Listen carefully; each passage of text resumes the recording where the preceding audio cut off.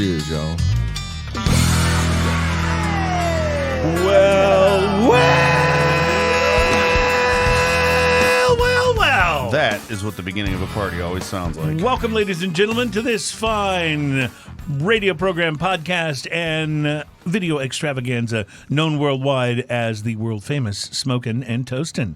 Welcome to the show. It's show number 230 today. That's halfway to 300. We're getting there. It's pretty exciting. We are all excited about today's show, talking about craft beer, fine spirits, and hand-rolled cigars. And today specifically, we'll be discussing great cigars for spring and Garrison Brothers whiskey. Ian, I love that stuff. How psyched are you that we have Garrison Brothers on the show? I'm totally psyched. We are, we'll get into this a little bit later on in the show, but, Texas whiskey in general has become a thing over the past, I would say, 5-6 years. Would you agree with that? Definitely. It's really become a thing much more so than it ever was.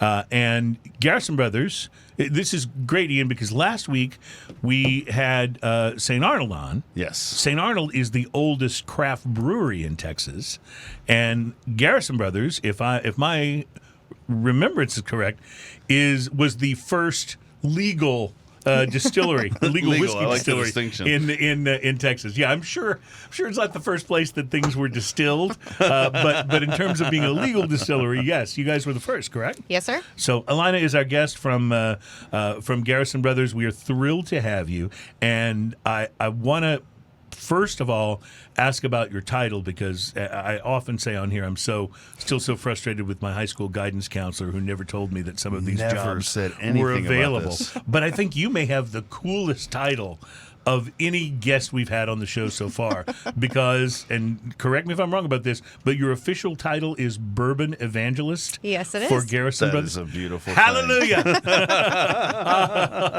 We are in the house today, and Garrison Brothers is in the house, and it's going to be a wonderful service. I promise you, it's going to be fantastic. Ian will be providing the music, and we'll be sampling some Garrison Brothers, and it'll be sort of like communion, I think.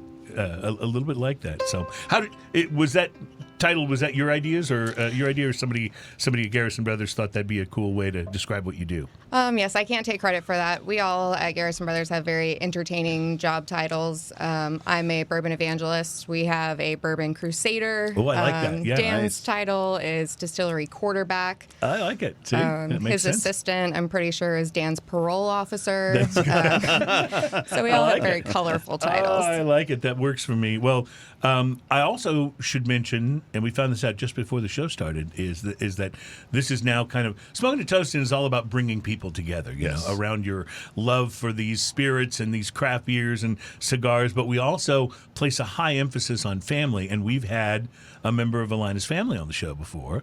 You remember? Miss Bex, Yeah, yes. you remember a month or so ago when our buddy Docs from Plantation Rum came in, and he brought Bex with him, and Bex is your sister. Yep. So is it coincidence that both of you wound up being in the spirits business, or did one of you kind of make the other one go, hey, I could do this too? We both kind of held each other's hands, I guess, going into this industry. I started out bartending, and I taught her how to bartend.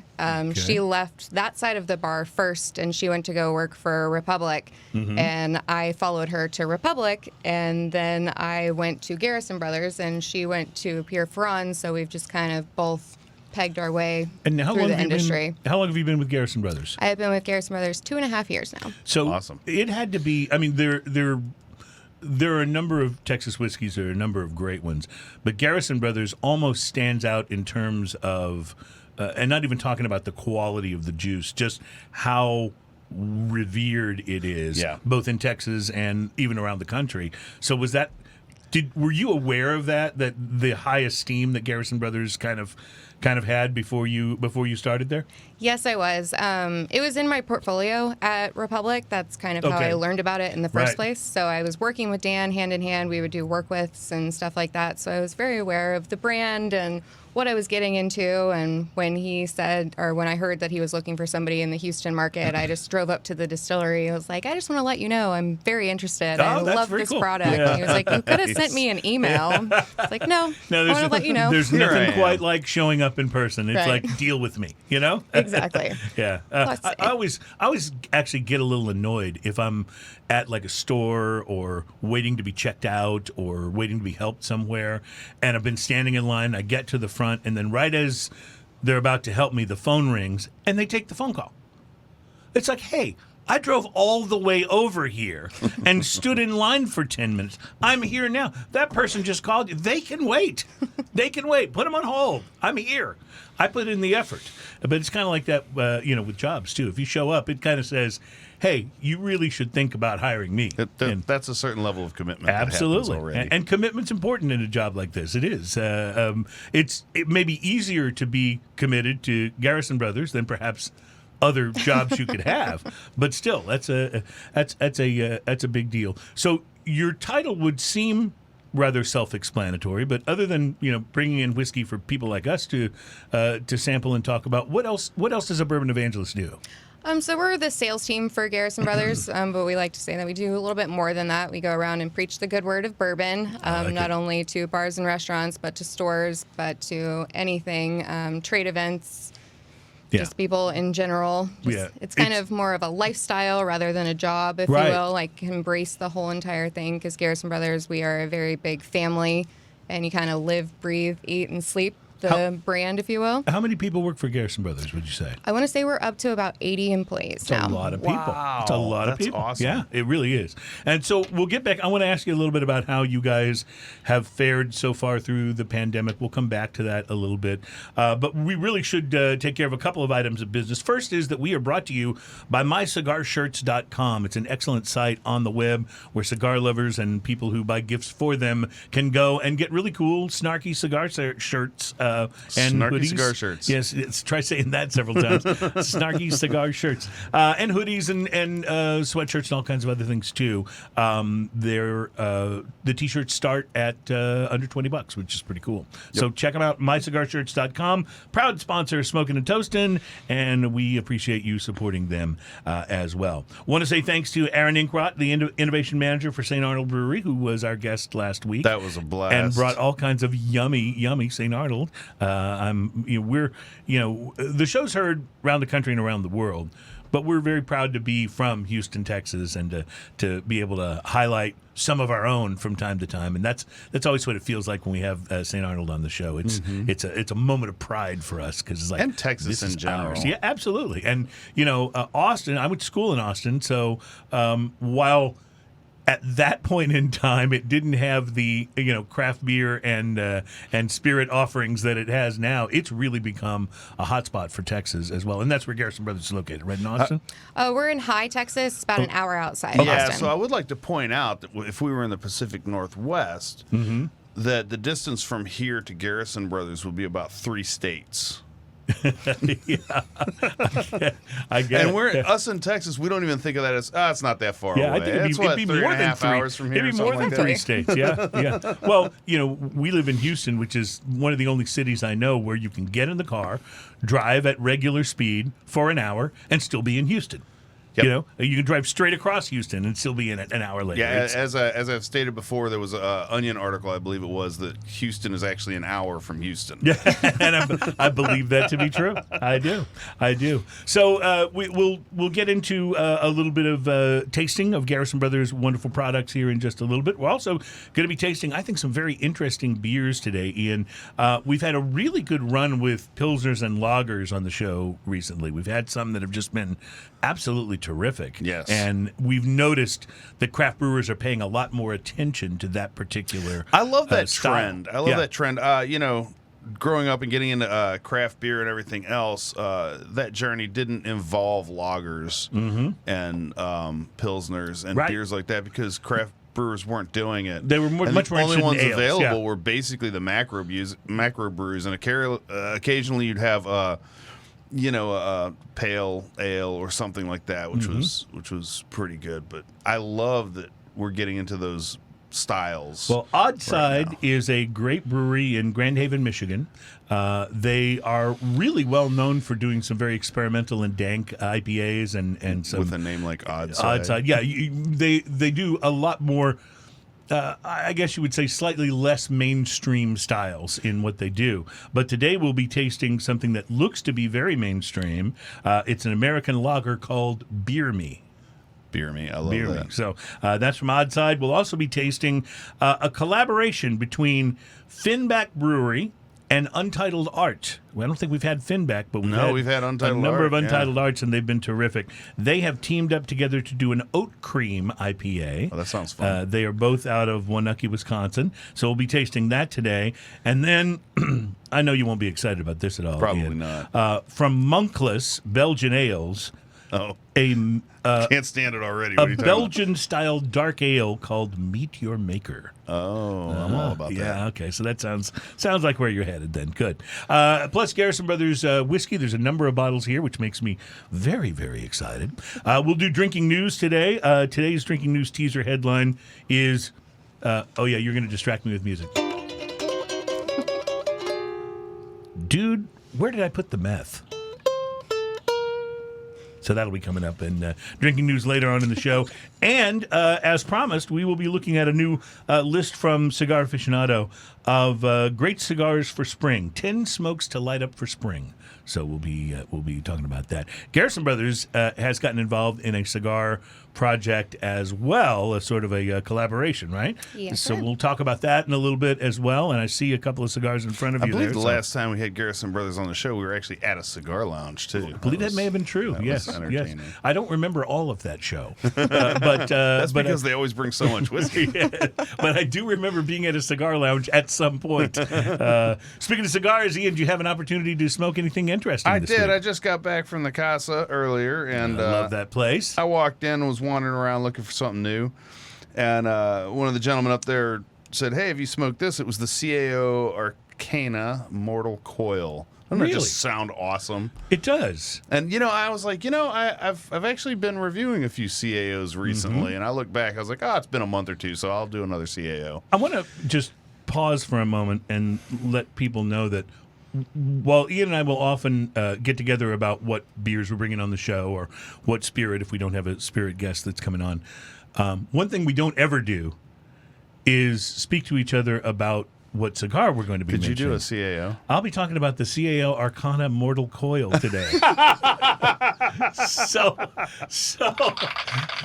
we both got. Are you serious? Yeah, I'm totally. So here's what happened. Now I bought mine in the humidor at Specs down that's funny. in Midtown. But yes, we both got drawn in by what was probably a display of something new, right? Yes, Yeah. yes. All right. And like I said, one of the gentlemen up there said, "Hey, have you tried this?" And I thought, Well, and my first thought was I've done a few CAOs recently, and then the second and third thought that went through my head was, first off, CAO. I haven't been smoking a lot of CAOs in the last bunch of years because the quality control got kind of weird. Well, and so CAO was started by Tim Osner and his father. It was a great boutique cigar company. At a certain point, they were a big part of yes. my beginning to Me love too. cigars. Me too. That CAO, the CAO Maduro with the gold label was a standard for me for a long time. The MX2, The MX, right. So at a certain point, they sold the company. General Cigar bought them. Yeah. And then, as can sometimes happen when one of the larger companies buys a smaller boutique, the transition period resulted in, a little bit of a decline in quality for the cigars. That's so PC. The quality control tanked. Okay, there you go. And the cigars didn't smoke well, and the flavors on some of them were different, and so I dropped them, out of my radar, so to speak. However, but recently, one of my go-tos right now is a CAO Bones. I absolutely love that cigar. It's a great cigar. It's not a very expensive cigar, and it's absolutely delicious. And then the next thought that occurred to me is, okay, well, I guess it doesn't really matter that much if I've done a few CAO cigars recently, considering the amount of AJ Fernandez cigars that you have reviewed back to back. I don't know what you're talking about. To back. I don't know what you're talking about. Hey, look, is that AJ Fernandez right behind you? Could See, be. he gets distracted just by thinking. I'm not even going to speak to whether or not the, license plate on my car is AJF. I'm not going to even say anything about that. That's coincidence. You're such a fanboy. Yeah, I am. Anyway, all joking aside, I picked this up on recommendation of one of the gentlemen up there. This is a 6.5 by 50. I believe that makes it a Toro. The Connecticut broadleaf wrapper, the Connecticut binder, Honduran, Nicaraguan, Dominican mixture, and a filler, which is top secret or something like that. I guess that's something all I like that. could find out. I have a little info on it, but go ahead. Go ahead. You probably did more research than I did. I just kind of went, it's like this. What's it taste like? Yeah, right. That's kind of where I was going. So I jotted those things down, and then the appearance: medium brown, large black label with copper lettering, firm, leathery with some veins, slightly lumpy. But it's very pretty, though. It is a pretty cigar. It is a little slightly lumpy, though. I used a clip. On it. It had a very light draw, so it was nice. I got savory spices, pepper, rich earth, leather, and a sweet tanginess on the lips. Mm-hmm. And that was before I lit it. Blast of pepper, dry earthiness, big savory kind of comfort food spices, like right off the bat on this. Leather and a sweet fruity undertone is what I kept getting from this. The first third, pepper settles down, leaves kind of a prominent cedar flavor appears, followed by savory spices and leather with a sweet fruity undertone. The retrohale was peppery and slightly sweet. Flaky ash fell right on me. Like, it wasn't even very long. It did, however, burn perfectly. Good to know. This thing burned great. The second third of this, cedar dryness and pepper kind of dominate the palate at a medium strength overall. Underlying blueberry sweetness and a tangy leather kind of round out the profile. Flaky ash, nearly perfect burn. Also, one of the ashes fell on me again. Mm-hmm. My pants suffered from this one.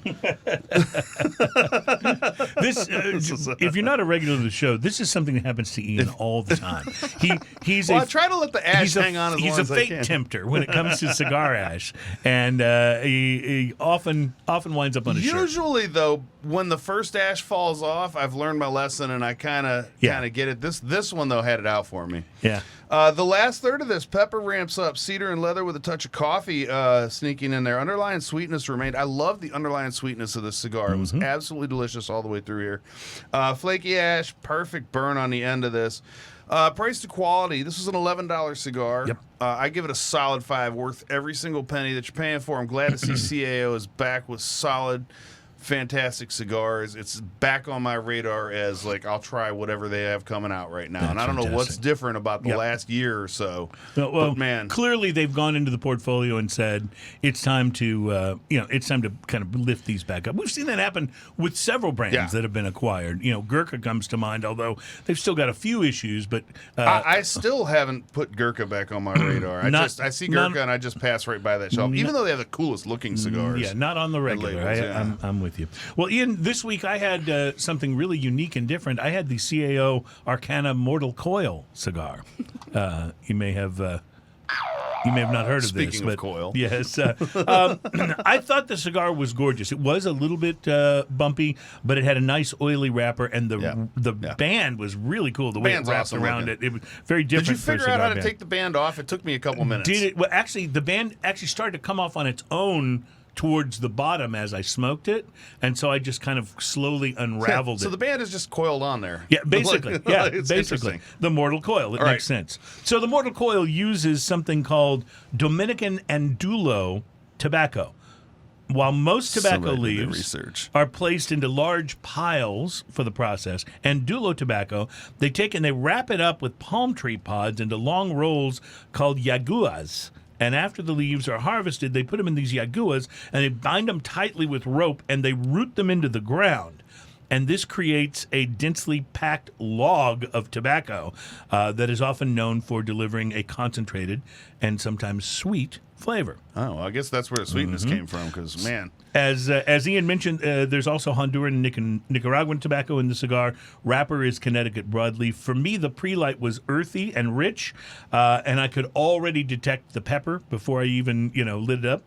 I used a punch, and I lit the Mortal Coil which sounds very much like a lyric from a death metal song, doesn't it? Yes. Lit the mortal coil. I need to make that into a song. A nice blast of pepper and a distinct bready kind of flavor.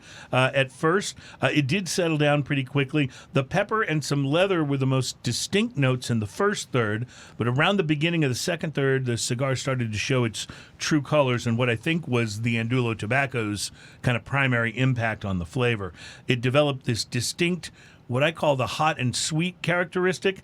I mean hot in a good way. The overall strength of the mortal coil, I'd say, was medium. It's so hot right now. Yeah, well, medium, maybe even medium-bodied, but the pepper was very distinct.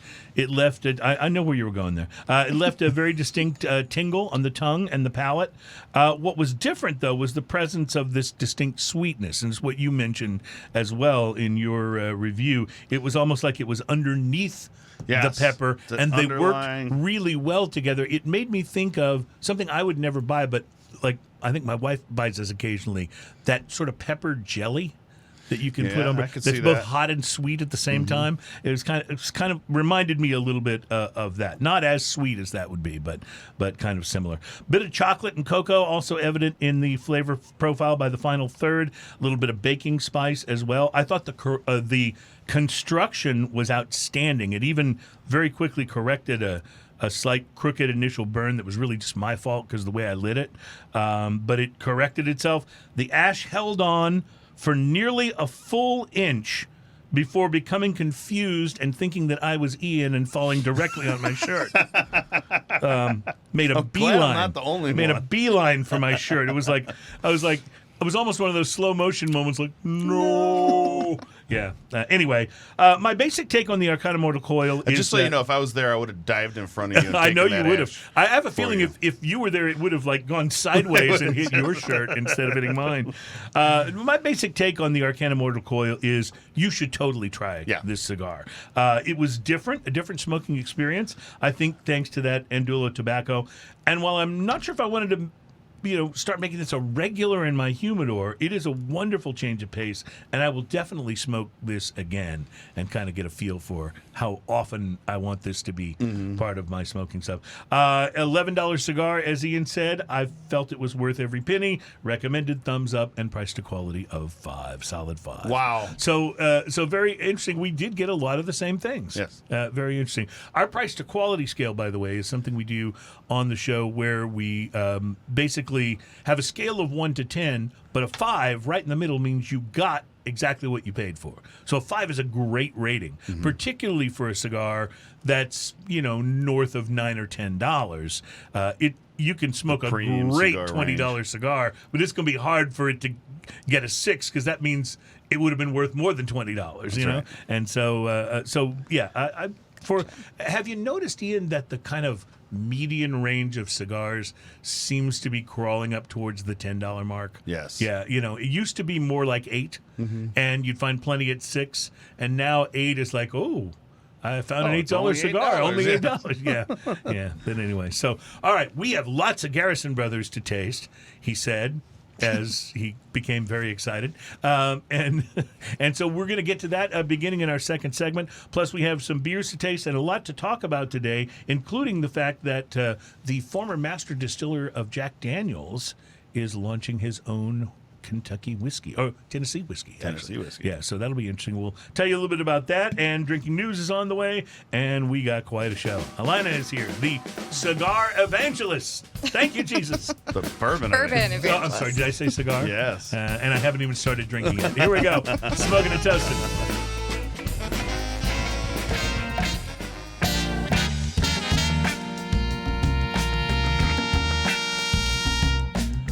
Welcome back. It's Smoking and Toasting. We are heard around the world on great sites like YouTube and Apple and Google Play, and we're also, of course, live on Facebook every Thursday at 1-ish sharp.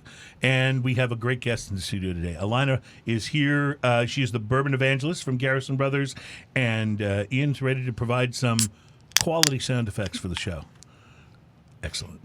That's pretty good. Now, that can's a little dented, and you did an excellent job of not didn't getting quite that on yourself. open. Oh, okay. Well, you can massage that as we go. We'll make it work. This is Oddside's Beer Me. It's an American lager. We'll be tasting that, and then getting to our excitement over having so many bottles of Garrison Brothers spread out across the tabletop here. This is going to be fantastic. So, this is.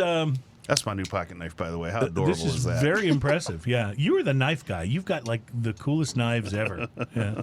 I have one of those that has a corkscrew and a screwdriver and stuff in it. And that's about all I have. You've got the cool stuff. If I'm ever, I come by it honestly. Like my older brother only ever carries Spyderco knives, and then my younger brother has an entire case that he's got like cut out like places for all his like 35 knives. In the zombie apocalypse, I'm coming to your house because you're the guy that'll be prepared. You know, you'll be ready to make the zombies go away. We'll do what we can. Oh, here, I'll pass this one over to Adam. You can pass that one to me. Thank you very much. So this is an American lager from Oddside. It's called Beer Me. So it's got Oddside on there, and then three hops below it, and then hop clusters, I guess you would call it. That's their. I think all their cans have that logo. It's got trees and autumn-looking stuff in the background, and a stag on it. Mm-hmm. That's pretty cool looking. Not too much on the nose. It smells a little like beer, but that's not unusual for a lager. Classic American lager done right by a craft brewery. Your new go-to beer for any occasion. Now you just took a sip. How are you feeling about this? I'm digging it. It's not like heavy from a flavor standpoint, but it is crisp and refreshing and does not remind me of macro beer.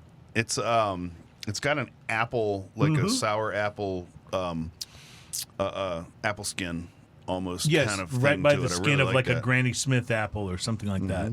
It's it's super refreshing. Of course, this one's nice and Smells cold. really good. Yeah, We're going for more. So I thought it didn't give much on the nose, but there's a little sweetness on the nose that happens right off the bat that I got. It's not super fragrant. That sort of apple tartness does linger on the palate a little bit afterwards. It's such a good. It's a sweet and tart sort of apple flavor. This is delicious. This would be a wonderful addition to the beer fridge. I'm for it. This would be a go-to for me. Yeah, So. digging it. Is this something you get around here? You can, as a matter of fact. Ooh, there might be a Specs trip on my way home. I think this one may have actually been purchased at HEB. So, Even pretty better. exciting. Yeah. So Directly affecting sales. In fact, I was in Specs yesterday and saw a whole bunch of the different Oddside beers. Yeah, I on the remember shelf seeing them, and I can't remember where all I've seen them. Yeah, this is great. I'm gonna have to pick up some of this. So once again, of all of the Pilsners and lagers, and we've had one, I think we've had one on the show almost every week for quite a while now, dating back into, the latter part of last year. And I'm really impressed at how many of them are outstanding. Aren't you? I mean, you know what I mean? Because I'm super happy with it. Like you were saying, this is not an area that craft beer was really emphasizing for quite a while. And now everybody seems to be coming up with the perfect lager. In the last year and a half-ish, do we count 2020 as a year? Do we even think about that as a year? I'm almost thinking no. Yeah. Right. I'm almost thinking it's hardly not there. It's like right? a phantom year, The phantom year. Yeah. Like when someone has lost a limb, but they can still feel it there, they call that a phantom limb. That's kind of, I think 2020 was the lost phantom year. itches from 2020. Exactly. But it doesn't really exist. It was a phantom year. Pretty sure that's the case. Well, very impressive. Oddside, big thumbs up for that. That's a very, very I want to good keep drinking. I'm going to set it American aside. lager. I want to try it when it's a little warmer because that is super cold. You just brought that Yes, in it is. super, super cold. You know me, I love my beer cold. Yep. I love my beer cold. And I love my whiskey neat. So as we we just gave Chris Hart a plug. I love that. Chris Hart, our buddy, does a show called Whiskey Neat. It's very good. It's particularly good if you like to listen to people sitting in a studio for like an hour and having really fascinating conversations while they drink whiskey that none of you will ever be able to find or buy anywhere because it's so unusual and rare. We love to give Chris a hard time, but he also is essentially our resident whiskey expert. Are you familiar with Chris Hart? Show. I am. Yeah, All right. Everybody knows Chris Hart. Everybody knows Chris Hart. Yeah. Everybody. It's kind of like everybody knows Raymond or loves Raymond. Anyway, Chris is awesome and a regular guest on our show as well. And his show is called Whiskey Neat, so check it out if you're into whiskey. We're into whiskey, and Alaina has poured us a first taste here. So let's talk Garrison Brothers. What are we trying first here, Alaina? So the first one that we're going to try is our 2021 small batch bourbon. Oh, you're leading with the small batch. Yes, this is our flagship product, kind of our baby, if you will. Okay. Every year we put out a different vintage of our small batch. So each year we are a sweet mash bourbon instead of a sour mash. So each year it's going to kind of have its own little characteristics, its own little flavor profile. This has a little bit of a tobacco-y kind of smell. Kind of does, doesn't it, on the nose? Yes. Really like so, it. so this being your flagship product, it's I think a really daring thing for your flagship product to change every year. I mean, it may be the same name, but it's the juice that's inside is going to be a little bit different every year. I think that's daring and awesome. It is different every single year. We are starting to get a little bit more consistent as we grow up. It is really fun to go back and try the small batch from 2015, 2016. And try it now compared to the 2021. The flavor characteristics are very different, but moving forward, like the 2019, 2020, and 2021 are very similar, only small different notes that pretty much are fanatics, I guess, if you would. Right. Really taste, but it gives it its own character, gives it a personality. Speaking of fanatics, Ian, what's your take? I love how oily and sweet this is. It just spreads across the palate and keeps going. Oily in like the best way. Yes. It just has this wonderful consistency. When your whiskey has a little Kinda bit of coats your oil tongue to a it, you little can bit. see it cling to the glass a little bit. When your whiskey has a little bit of that oil to it, it really just spreads across the palate in like wonderful and awesome ways. All right, let's see this bottle so people know what this bottle looks like. All right, very good. So this is the black wax top. I don't know if I'm holding this to the right It's a camera or small not. batch right on that. Is that a pewter band? Well, it's a pewter. Yes, looks like a pewter-ish band. I don't know if it's actual pewter or made to Looks look like it's pewter, actually metal from here. It is actually metal. Nice. So, Ian, take a quick look at that. But that's what the bottle looks like. This is just as like hit you right where you want it to hit you as possible. What is the retail price likely to be for a bottle of your small batch? About $80. Okay, so that makes sense, and it's well worth it at that price point because it's got enough of a what's the word I'm looking for, Ian? Enough of a sort of an exclusive vibe to it. It's tastes got a complexity to it. Yes.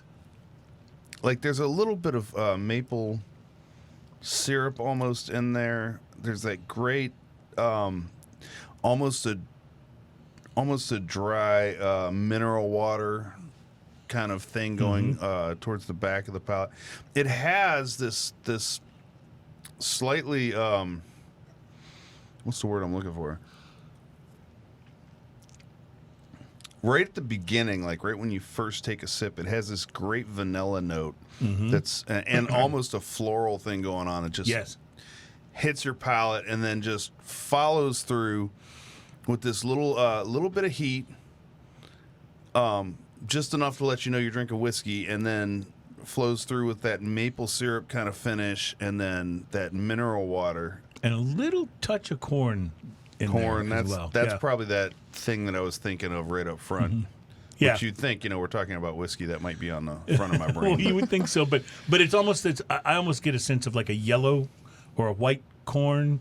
I'm not necessarily great at distinguishing corn flavors and colors, but So y'all hit the nail right on the head because we are 74% number one white corn, 15% red winter wheat, and 11% one row barley. And our water source is obviously coming from the hill country, so it's that limestone filtered water that's horrible for your pipes and horrible for your coffee maker, but wonderful for the whiskey. Exactly. So tell me, how much of what goes into Garrison Brothers are you able to source in Texas? 100%. So it's 100% Texas grain to glass. Yes, sir. That's fantastic.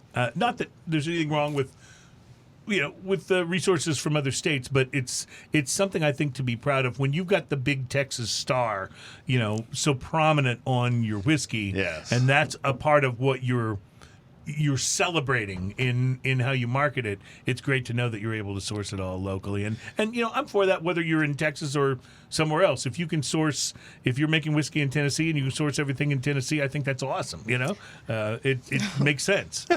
Well, us as Texans, we're very, very proud of where we come from. So a couple things. There's a picture on the inside of this dongle. Is that all employees, or is that just a bunch of people hanging out there? I see. So those are actually our bottle volunteers. Bottle volunteers, So gotcha. All of our bottles are filled, dipped, and packaged by volunteers. Yes, sir. I just wanted to volunteer. You can count me in for that. In order to do that, you just sign up at our website. It's actually done on a raffle system. We have about 20,000 people on our wait list right now. If your name gets selected, you pull over on the highway and reply to that email automatically because the spots fill up very quickly. Right. It's 2 days out at the ranch, and we feed you breakfast, we feed you lunch. You get a quality control shot every 30 minutes because got to make sure what's going in the bottle is perfect every time. I love it. I love it. That's great. Oh, you guys know your volunteers. Yes, we do. And you make your volunteers very happy. Serving suggestion, like wine, fine bourbon gets better when exposed to oxygen. Let it breathe before adding ice or water. So a couple things about that. One is don't be shy about adding ice or water to whatever you're drinking, be it whiskey, be it scotch, be it whatever. It doesn't matter. It's fine. Put if a you piece of want to ice in drink a it glass that of way. rum, even. Just people who are snobby and say, "Oh my gosh, I wouldn't ruin a whiskey by adding it." Those people have no idea what they're doing. Right. Okay. Well, as you've mentioned before, it allows you to do a couple of things. First of all, it allows you to taste how the temperature changes what you're detecting in the whiskey. Yes. And then as that ice melts, you are it's the same effect as having put a little bit of water in it and allowing it to open up some of the flavors. It has Definitely. a storage suggestion here, and I like to think that this is probably a little bit Texas-centric because, if you live in Delaware, it's probably not as much of an issue. But it says never leave a bottle in your truck on a hot day. And, of course, we're assuming that you're driving a truck because, again, You're Texas. from Texas, yes. Of course I do drive a truck. But You mentioned earlier that Texans are more state proud than other places, Yes. and I can confirm that because I've lived all over the country, and the only thing that's even close is California, but they've got so many things to have to worry about there that it dulls that a little. But at no time when I was in is it Massachusetts, true when you live in California you have to have an avocado in your pocket at all times? that's it's a really lesser known law from state law from California. Yes. You have to have an avocado on Yes. your belt because Yes. that's the style for the time. If you get pulled over by a highway patrolman to show your or a avocado. cop, he says license, registration, and avocado, please. So, finishing this, it says, never leave a bottle in your truck on a hot day. Hot bourbon expands. Despite the wax, the cork will leave the bottle and make one hell of a mess. Oh, yeah. Garrison Brothers Distillery. I love that. And try explaining that to the cop. No, sir, I have not been drinking. I left my whiskey bottle. I left my bottle of Garrison Brothers in the truck, and it kind of exploded on me. Have you been drinking, sir? No, but it smells good, doesn't it? That has definitely happened to me before. I believe Oh, it. yeah. I believe it. Well, yeah, it is true, though. When I lived in Massachusetts, there's no, nobody knows the Massachusetts state song or flower or any. There's no, people aren't driving around with, I'm from Massachusetts stickers on That the is car. a very proud and classy looking bottle. It though. really is, yes. That In makes each an awful bottle, lot the of sense. band and the star is going to have individual designs that are unique to that specific mark. So if you see in the star and the band of that, it kind of has the corn stalks for the small batch bourbon. And as we go through, you'll see the different ones in each of the different Let's expressions. put that up close here so we can Yeah. It's just a very classic, get a good-looking bead bottle. on that. I think Docs wants to say hi. Oh, Docs. The man, the myth, the legend. You could put him on speaker if you want. We'll talk to Docs. He's a regular. We'll see if he calls back. Was he calling? Docs, if you're listening, call her back. We'll put you on speaker and put you back on the show. He's like, why aren't you talking about rum? Why aren't you talking about cognac? This is just exceptional. Not that we expected anything else, but this is your flagship product. Yes, sir. So this is the one. If we're looking for it, probably the easiest to find in stores of all of your products. Correct? Yes, sir. Okay. Is that Docs? It is Docs. All right. Let him know he's on speaker and he's on the air. Where did he go? He hung up. Well, maybe he figured out. Maybe he's like, I don't want to be back on that show again. So this is the easiest one to find in stores, correct? Yes, Okay. this is the one that you're going to see most prominently in bars and restaurants and in retail stores. We do have 3 products in our core expressions now that are very readily available all the time compared to some of our more limited allocated stuff that we can get into later. But yes, this is the first baby. This is the OG, if you will. It's as good as it gets. It really is. It's a fantastic The original experience. Garrison. And you know what yeah, right? Got that. Yeah. Very nice. You know, one thing we didn't talk about is where the whiskey hug appears, and it's kind of a double. You get it right in the middle. There's a when you're snap of it tasting in the middle. and then there's this long delayed kind of very gentle creeps back up on you and wraps its whiskey arms around you. Whiskey hug after you've From behind in a very familiar kind of way. Yes, very familiar. It's a little creepy, but it's a little slightly comforting at the same awkward. time. Yes, absolutely. All right, I tell you what, we're going to take a break and enjoy this whiskey hug. We'll be back with more Garrison Brothers, and of course, drinking news is still on the way. Plus, we want to get into this list soon. Cigar Aficionado's 10 Smokes to Light Up Spring, and we want to find out about you guys teaming up also with the cigar company to do something special. Payne Mason, is that right? Yes, sir. Who you teamed up with for this cigar. So want to find out more about that. It's Smoking and Toasting. We will be right back.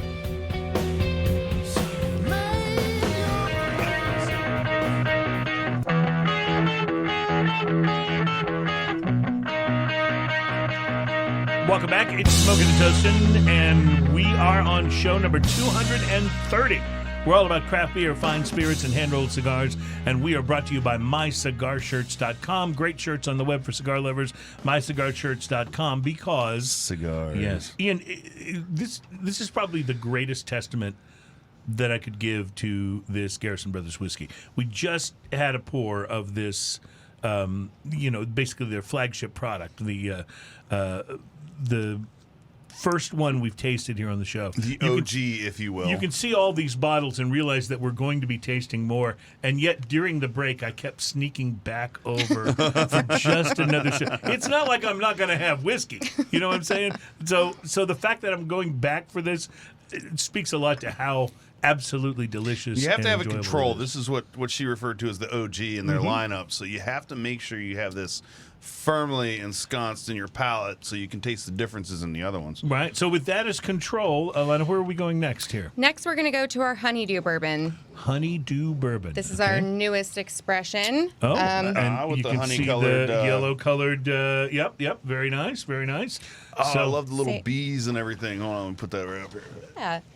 So first and foremost, this is honey infused, not honey flavored. It is Okay. still a true bourbon. We didn't just dump a bunch of honey into a batch that came out a little funky or anything like that. Just for understanding, the difference between infusion and flavoring would be like what you said. If you took the bourbon, basically poured honey into it and mixed it up. Right. For infusion, how does it get the honey?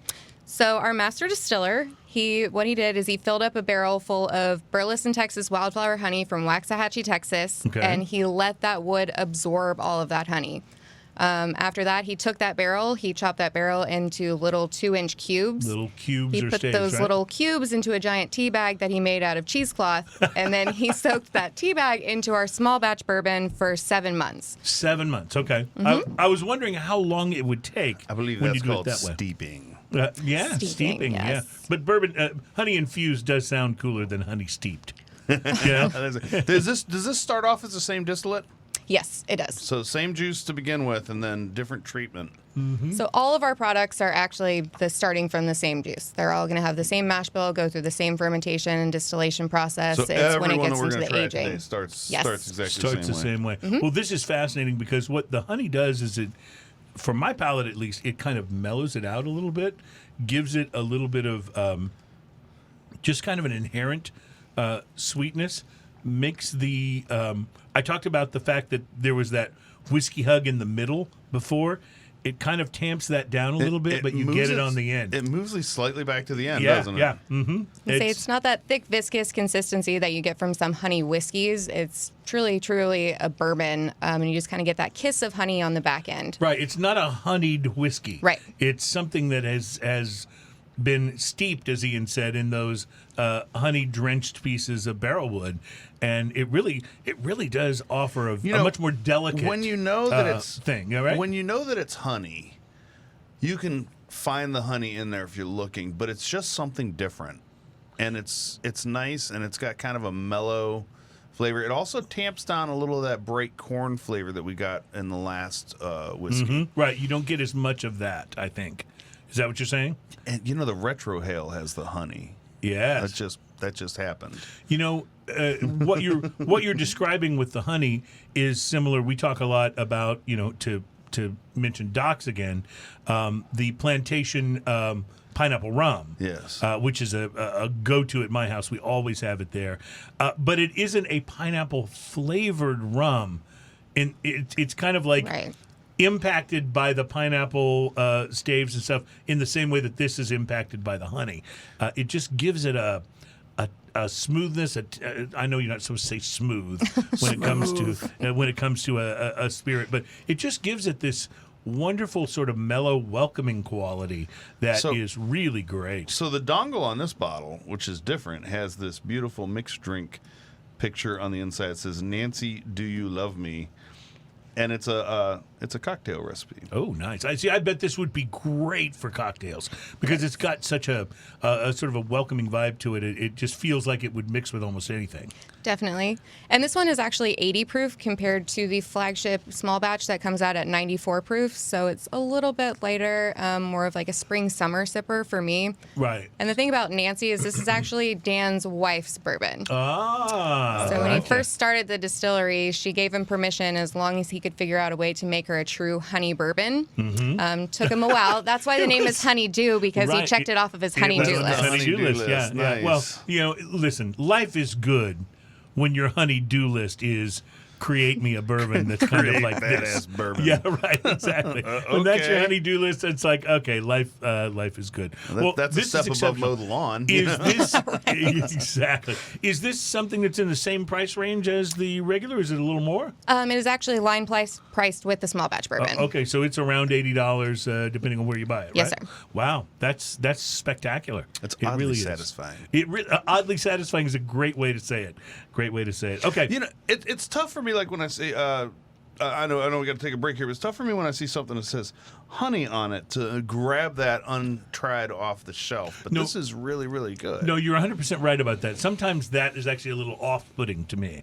I'm always afraid of getting like the one that you see on the billboard, the honey one that you see on the billboard. Yeah. And we've all had something honey at one point or another that was just like, yeah, that comes across like that comes across more like, honey, we need to talk, rather than honey, make me a bourbon. Well, this is outstanding. I absolutely love this, and I think this is one I think that my wife would really enjoy too. And she's more of a rum and tequila person, but she will drink whiskey with me occasionally. This is one I think she would really love. So fantastic. All right, we will take a break. We'll be back. There's more bourbon to taste and more beer to taste as well, and we're creeping ever so closer to drinking news, so I know you're excited, Ian. So we'll be back. We'll take a look at our comments and stuff, too. Says, I'll let the music fade and we'll talk about it in between.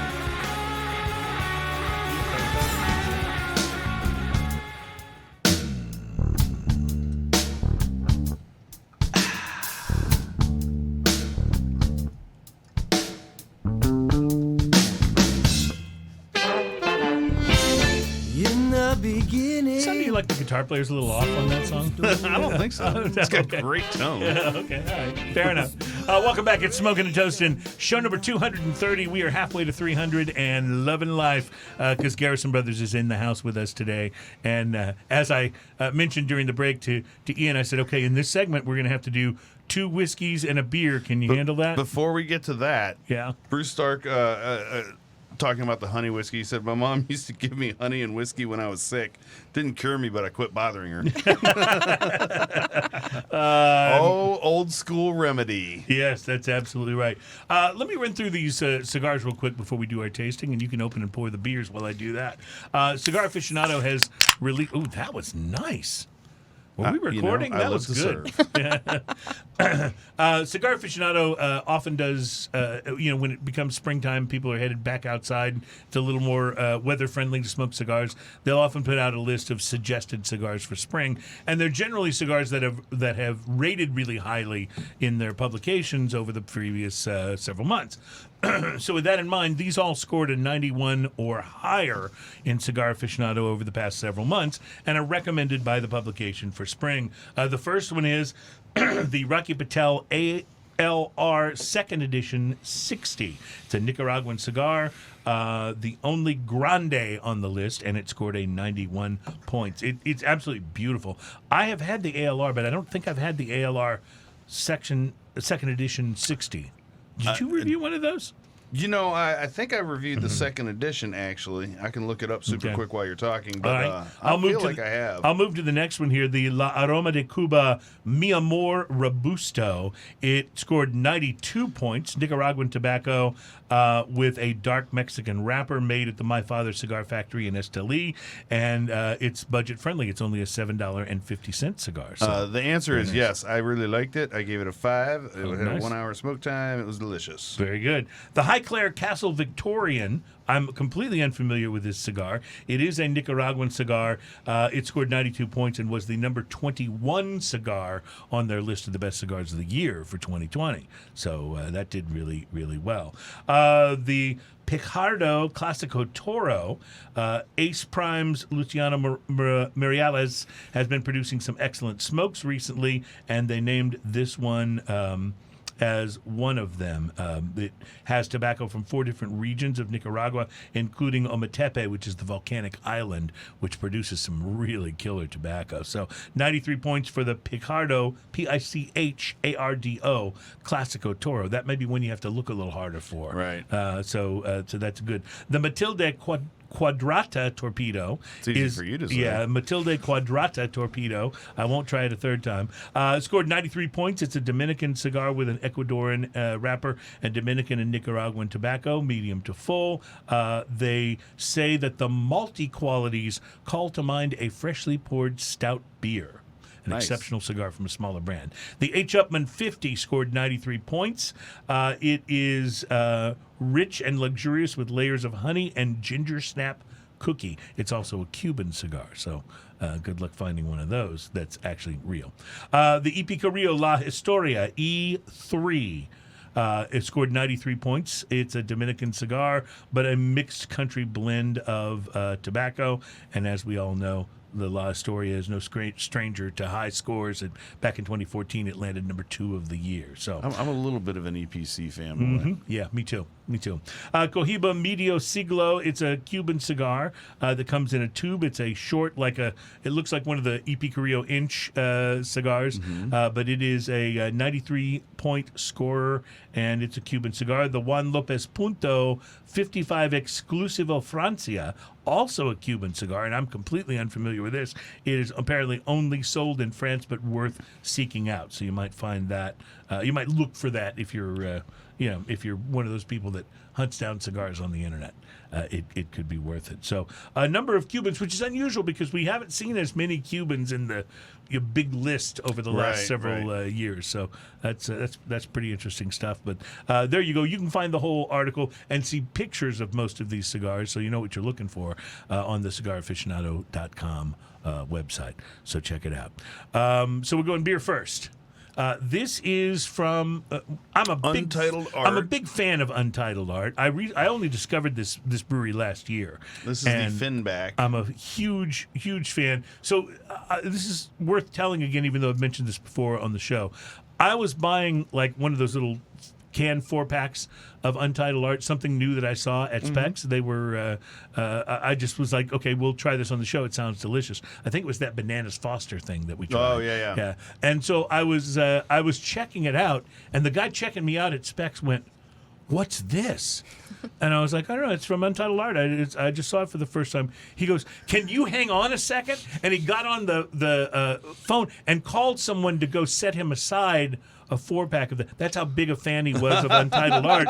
And he was seeing this for the first time. Not this particular one, but one of their products. So they're getting to the place where they're getting sort of an AJ Fernandez style devoted fanboy following as a brewery. And this they did in collaboration with Finback.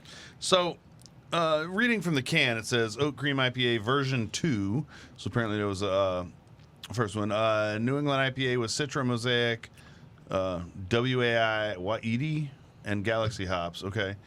Brewed and canned, Untitled Art, and Finback Brewery, Waunakee, Wisconsin. Artwork, according to the Surgeon General, women should not drink alcoholic beverages during pregnancy. Well, you get the rest, right? I feel like the same guy writes all of these. Yeah. They do seem to be plagiarizing each other a little bit, don't they? So have you tasted this yet? I have. What do you think about this? Well, I really dig it. It's a really different twist on the IPA because that oat flavor, when they call it an oat, what is it, an oat IPA? Is that what Oat Cream IPA. Oat Cream. Well, that's a very distinctly correct way to say it. I mean, you get almost an oat cream flavor, and I feel like it marries really well. I feel like this tastes like I steeped my hazy IPA in oatmeal. Yeah, with like a bag of oatmeal in a tea bag, right? Yes. You know, I'll point out that's the second time we've used steeped on the show today. Yes. That may be a record. Now we need to find a way to tie it back to Doc's. Yes, if we could tie it back Somehow. to Doc's in some way. Well, you know what it tastes like? It tastes like I steeped my hazy IPA in oatmeal while sitting in one of the restaurants at Disneyland. There you go. We did it. We tied it back to Doc's. We did it. I think this is spectacular. This and I'll be is honest. so incredibly interesting. I will tell you that the hop snap on the finish of this is more like a little bit of a burnt cookie. Mm-hmm. Like, as weird as that sounds, like in a great way. Right. Because it's not piney. It's not. No, not at all. Even really harsh, but it is a little bit like, and it's sweet. There's a little sweetness to the end of it. There is. So it's like a little burnt cookie kind of flavor. You know, like you ever get a cookie that's got just a little edge that's overdone? Yes. It's kind of like that on the finish. Ian, I will be honest with you, as somebody that buys and tries a lot of different IPAs, I don't know if I would have tried something that's called Oat Cream IPA. I've never had an IPA like this. If it wasn't from a brewery that I know and love like Untitled Art. Yeah, Untitled Art is just... I mean, these guys do so well that it's worth trying whatever they put out there. But just when you say that, it doesn't sound as appetizing to me as it actually winds up being when you drink it. The artwork it's on fantastic. here is done by Heather Hailstones, and that is a very cool-looking can. Obviously, I'm Untitled assuming Art's that the can art artwork is a actually big deal. untitled. Yeah, I'm assuming, but you never know. Or maybe, you know, Well, go at odds against the name. I think this is delicious. It's extremely drinkable. Like for a larger. Does it say what the? I would have to drink 4 or 7 more of these to really come up with a good opinion. I think that can be arranged. By the way, I know where we can get these. Does it say what the ABV is on this? I don't see any ABV. Anything's on there. Oh, it does. 7%. Mm-hmm. So bigger than you'd think. Yeah, but that's in a pretty good range for a hazy IPA. It's fairly normal. Well, I think it's delicious. Oat cream IPA was such a weird thing. Like, who would have thought that like an oatmeal cookie and a juicy IPA would go together? Right. I know. Like I said, if I'd just seen that and it was from a different brewery, I don't know if I would have bought and it does have a little creamier mouthfeel to it. Mm-hmm. It doesn't look any less. Looks kind of like your standard hazy, right? Yeah, it doesn't look any more viscous than normal, but it has that mouthfeel. It's a little different. I emptied my cup, so that'll tell you something about my. I can fix my that for you, reaction sir. to it. That's a I'm a problem solver. Let me just tell you, I can't say enough about. There's a handful of breweries that I just have wound up liking every single thing I've had. Parish Brewing out of Broussard, great. Louisiana. These guys, Untitled Art. The guys in San Francisco at Bare Bottle. It's just one of those. There's some of those breweries that are just everything we've tried has been outstanding. Anna, are you a beer fan? I am. What's your go-to?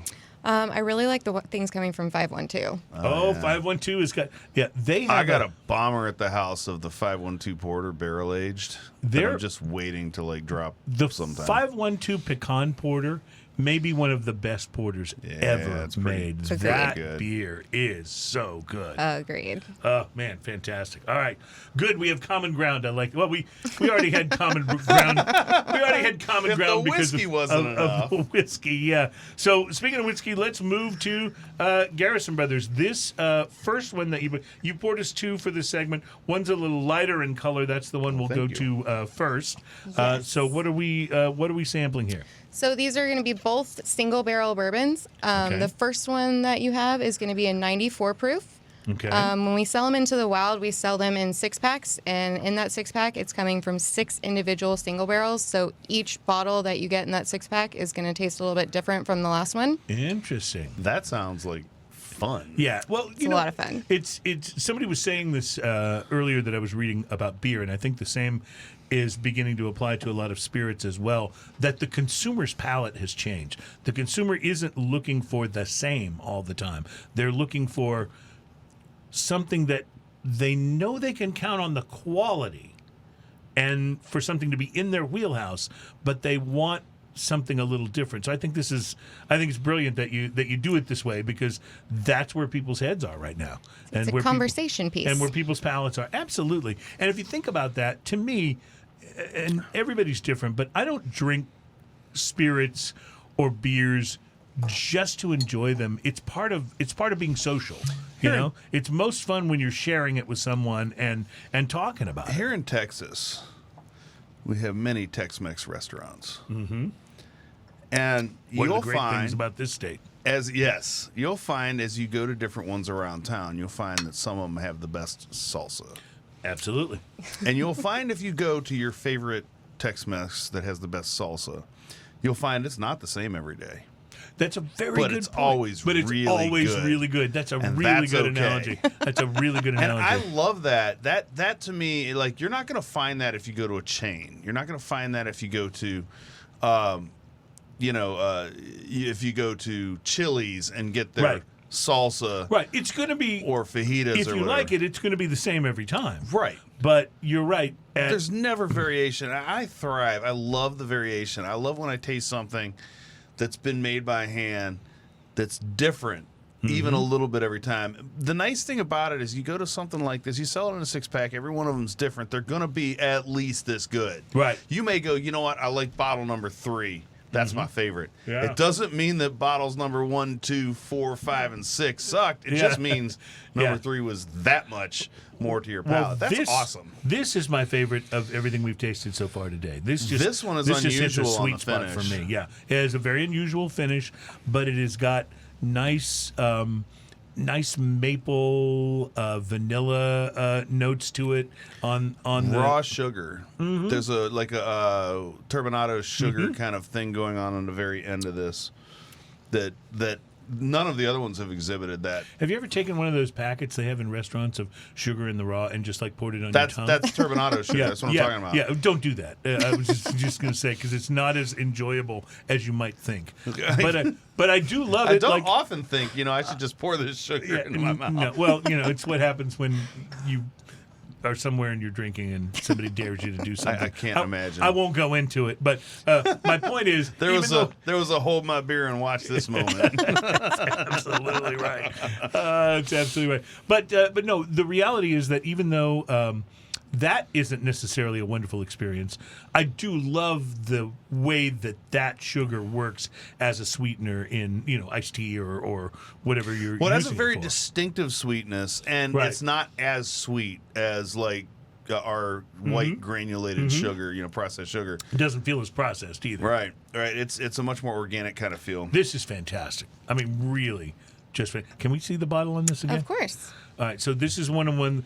Now, is there? I love the different color yes. wax. So, on is there a everything. color coding? I got that the honey infused was yellow. But is there a meaning to each color, or do you just kind of choose a color to go with a particular product or line? I know for Balmoral and Honeydew, those have kind of stories behind those. For the single barrel and the small batch, I'm not necessarily sure if there is a story behind it. This is the gray, my friends, and it's good. Ian, what's your take on this versus the others we've had so far? Do you have a favorite yet? It's unique. As far as favorites go at this point, this is good. This is good. I can't wait to see what we have. All right, so you're coming up next. You're withholding I'm judgment. withholding my favorites at the moment. I love the original, the OG, as she called it, the original Garrison. Yes. So now we're going to move to the second one that you poured. Is this also the gray wax? Yes. Okay. So this one is a single barrel as well, but this one is cast strength, and this one was hand selected. So when you see our cast strength ones out in the wild, they typically been selected from our single barrel process, which we allow people to come out to the ranch. We pretty much give them a drill and a tasting glass and let them go wild and try as many barrels as they want until they find the one that is right for them. And then they can put whatever label they want on the front. So you see this one was selected by the Katie Bourbon Mafia. That sounds like fun. Yeah, it certainly does. It's a blast. I love that your terminology where you say you release them into the wild. I love that. With a drill and a tasting glass. Yeah. So Katie Bourbon Mafia is obviously a group of bourbon aficionados that got to select a particular barrel. Is that what happened? Yes. Okay. They actually selected two, and the restaurant that we were at doing the pick, because this was during COVID, so they couldn't come out to the ranch, selected one as well. I would say each one is going to be at a different proof, so this one came out to 122.5. I think we tasted about 7 barrels, and they fell in love. I don't know if the camera's pointed at you or at me, but I want to point out the difference in color on this. This is what we just tried a moment ago. And then here is is much darker, much deeper, and more. And let me tell you, much more red in there. It is wildly different from the last one.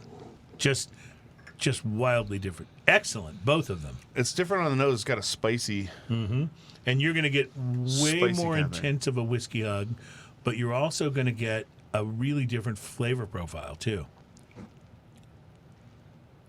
Okay, favorites start right here. See, me personally, I'm a cast strength person myself. I typically lean towards the cast strength single barrels. And this one, the flavor profile that they got from it the most was raisin. What's the proof on this one? It 122.5. Yeah, so as big as that is, it barely has the bite or the heat happen until almost after you swallow. It's Do you have crazy. any of your IPA left? I do. Go back to that after a drink of that. Tell me what you think. It changes the nose on it substantially. It adds That's interesting. It makes it more boozy. It does, and it makes it a little sweeter, like the oatmeal cookie kind of thing. You sort of lose the burnt cookie thing you were talking about, and it's more like a soft, sweet oatmeal cookie. Yeah, you actually can't taste the aftertaste on the IPA after that, because I think the whiskey has... Well, it's 122.5 proof. So the whiskey has taken the aftertaste market. Yeah. Yeah, it owns it. Oh, and going back to it, you get a lot of vanilla.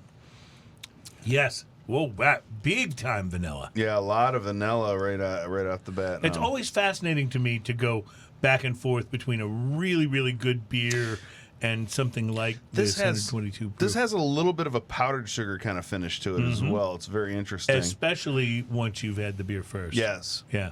Fascinating. The retrohale after you sip this whiskey is just outstanding.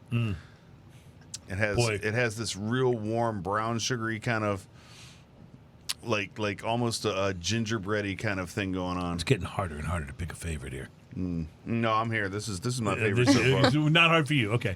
All right, let's take a break. When we come back, it's time for drinking news.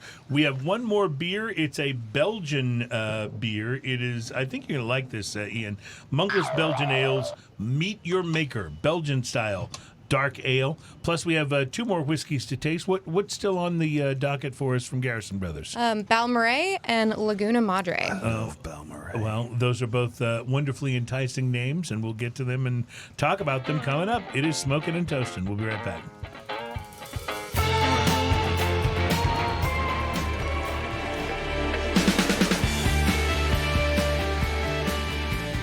Welcome back. It's Smoking and Toasting. Wow. I just love shows like today because, like, so far all the beers have been amazing and all of the whiskey has been just exceptional. So, and there's more to come. Are you doing... I'm just giving you background. Oh, you're trying to distract me is what you're trying. You know that distraction. I stop and my brain starts focusing on the music and go, see, I can't underscore. What is he playing? I can't underscore what you're saying, which would be so effective for the audience, you know? Right.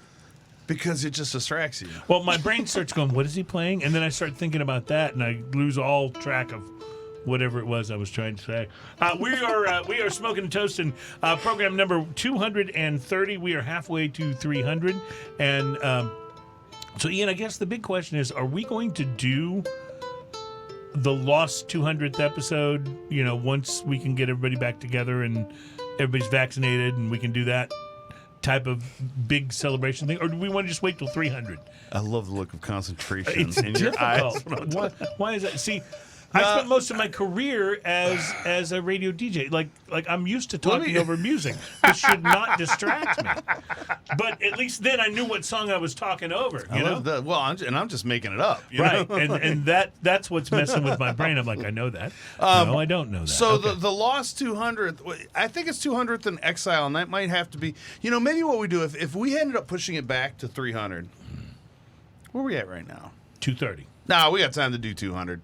We're just going to do 200 this year and 300 next year. All right, fair enough. Like, I think that's just the way it's going to be. We have to do 200 in Exile. So, Alaina, when we did our 100th show, we invited everyone who'd ever been a guest on the program at that point. And, of course, not everybody can make it. But we had what, 20 plus people there? And we did it out on this balcony at my building downtown, and we had this huge table, and we basically just passed the mic and bottles and cigars around, and it was epic. The party did not stop nor start at the exact time of the actual aired episode. Yeah. But the aired episode was in a neighborhood of 4 hours. Nice. And we had this great big table where me and Cruze were sitting at one end. And there were mics around the table, and so people just kept getting up, and someone else would sit down and start talking, and like it just kept going around and around. It was absolutely a blast. Are y'all going to have a 300? Well, we didn't get to have 200. We're working on 200 because it was during the pandemic, and we couldn't get everybody together. It was during the year which shall not be named. We're thinking, the Phantom Limb year. So we're thinking we'll do the 200th show. The 200th in Exile, as Ian's calling it, at some point during this during this year. Yes, later and this then year, maybe 300 would wind up being next year. So it should be fun.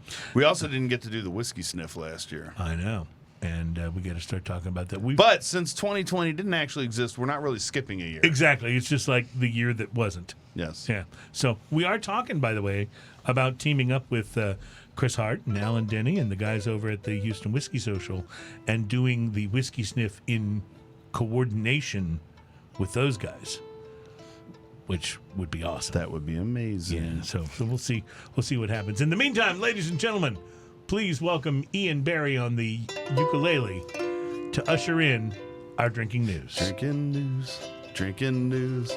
Now it's time for drinking news. Drinking news. Now it's time for drinking news. A Florida man with one arm said he had a gator for a pet. When I asked about his absent arm, he said, I had to take my gator to the vet. Drinking news.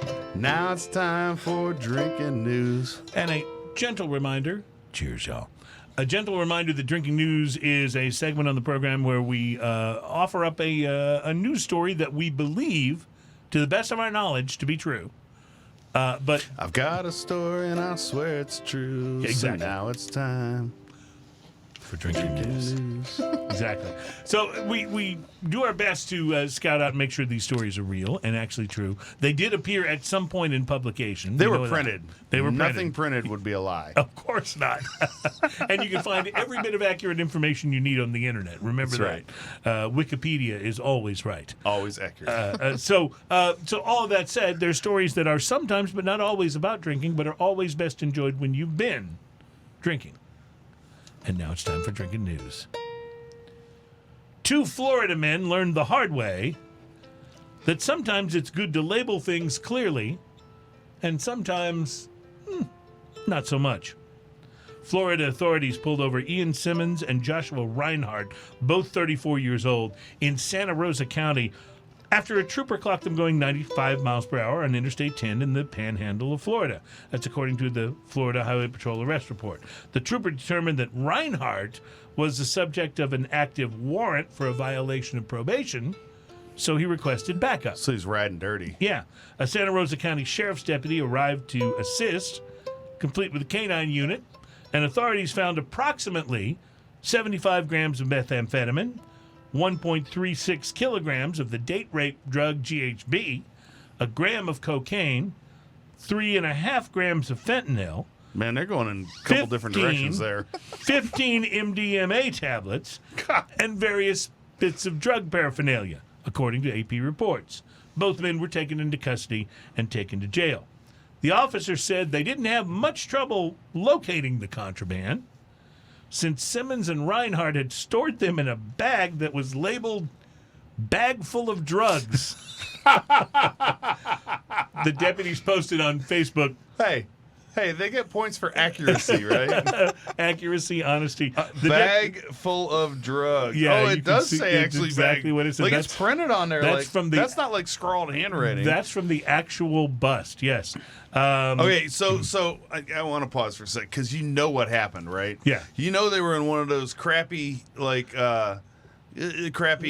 tourist trap places, right? Yeah, exactly.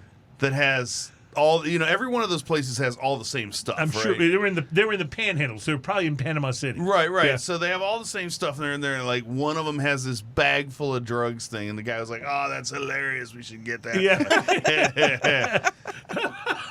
You know that happened. Well, you know what they say: only users lose drugs, right? Yeah, that's exactly right. The deputies, by the way, posted about the whole thing on Facebook and said, "By the way, our canines can read." Thanks to the two Florida men, the canines. In case their noses were confused. Thanks to the two Florida men, the canines weren't even needed in this particular case. And that, ladies and gentlemen, is your drinking news. Drinking news. That was time for drinking news. Drinking news. Drinking news. That was time for drinking news. Cheers, y'all. Okay, so a good drinking news today. Thank you, Internet. You never let me down. It's time to do some tasting. We got a lot to taste in this segment, so we're going. You can go ahead and open a beer, and we'll go ahead and pour these the next whiskey pour. Now I passed. Mine she's over already to ahead Adam. of you. Should right? I have not done that? Oh no, you should have. Oh, okay. So, I don't know what we're going to taste your last two, right? Yes. Okay. Oh, this isn't the. Which one is this? I think this you is may the already have Balmoral. it. Oh, this is the Belmar. Okay, yeah. I passed mine on to Adam, so I think I still need mine. So, in the meantime, Ian, I heard that cork when come you out. have to take the wire cap and a cork off the top of a beer bottle, you have something that's going to be that's a special. little Is what you're special. thinking? Yeah, Yes. yeah. Anticipation. If it needed anticipation. yeah. If it needed the wire cap, that's always a sign that there might be something slightly active. Ooh. That was good. That's a decent pop. So it's a sign that there might be something slightly active in there. It's not a very resonant pop, but the bottle's pretty full. Mm-hmm. So I assume there wasn't a lot of room to get a good throaty pop out of that. So this is Monkless. These guys, I love that name, by the way, for a brewery. Monkless Belgian Ales. It's a Belgian-style dark. They're in Bend, Oregon, and this is the Meet Your Maker Belgian-style When you put dark. Belgian style on a beer, that's almost an always I want to grab that. It's almost like saying Ian. Ian. You know how Find people me. say it was calling my name? Yes, exactly. There's a country song out right now called "Cold Beer Calling My Name." I think it's Luke Combs. I haven't heard the song, but I love the title. There's I'm not gonna a have to check whole it lot. out. Not a whole lot on it. It's got the sweet, fruity thing going on, but it's not super fragrant. No, but wait till you taste it, my friend.